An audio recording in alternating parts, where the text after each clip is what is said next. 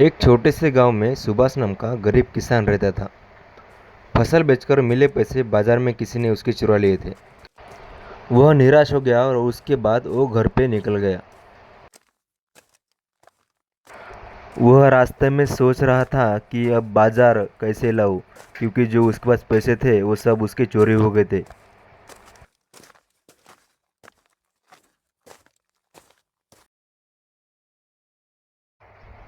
निराश होकर वो घर पहुंचता है और अपनी पत्नी को आवाज़ देता है।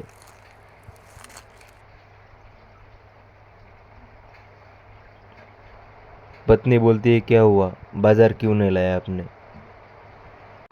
सुभाष बोलता है, मेरे सारे पैसे चोरी हो गए बाजार में, इसके लिए मैं खाली हाथ घर पे आ गया। उसकी पत्नी कहती है,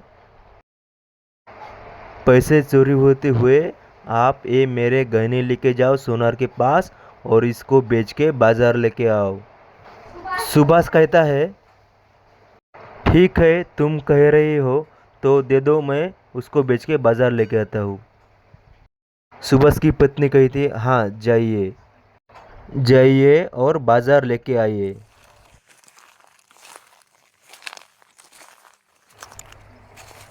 सुभाष निकलता है सोनार की दुकान पे अपने पत्नी के गहने लेके।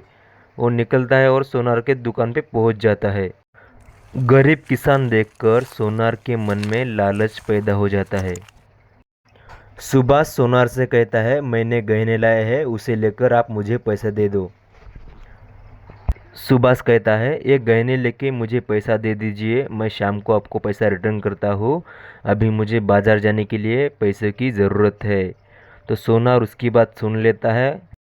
सोनार कहता है, मैं तो तुम्हें पैसे अभी दे नहीं सकता, क्योंकि तुम्हारे जो गहने हैं वो असली है या नकली वो मुझे चेक करने पड़ेंगे। सुभाष कहता है, ठीक है, आप चेक कर लीजिए, बट मुझे पैसे की ज़रूरत है, आप मुझे थोड़ी देर में पैसे दे दीजिए। सोनार कहता है, सुभाष तुम थोड़ी देर में आ जाओ, मैं तुमको पैसा दे दूंगा। सुभाष कहता है, ठीक है, मैं अभी जा रहा हूँ और आधे घंटे में आता हूँ, मुझे आप पैसा दे दीजिए। सुभाष घर निकल जाता है। थोड़ी देर में सुभाष फिर रिटर्न आ जाता है सोनार की दुकान पे और बोलता है कि मुझे पैसे दे दो, अभी मुझे बाज़ार जाना है। सोनार कहता है, तुमने जो मुझे गहने दिए थे वो सब नकली थे, ये तुम्हारे गहने लेके जाओ और यहाँ से निकल जाओ, इसका तुम्हें 1 रुपया भी नहीं मिलेगा। सुभाष ये सुन के रोने लगता है, क्योंकि सोनार ने उसके जो गहने थे वो बदले किए थे, असली गहने की जगह पे नकली गहने रखे थे। सुभाष बहुत दुखी होता है।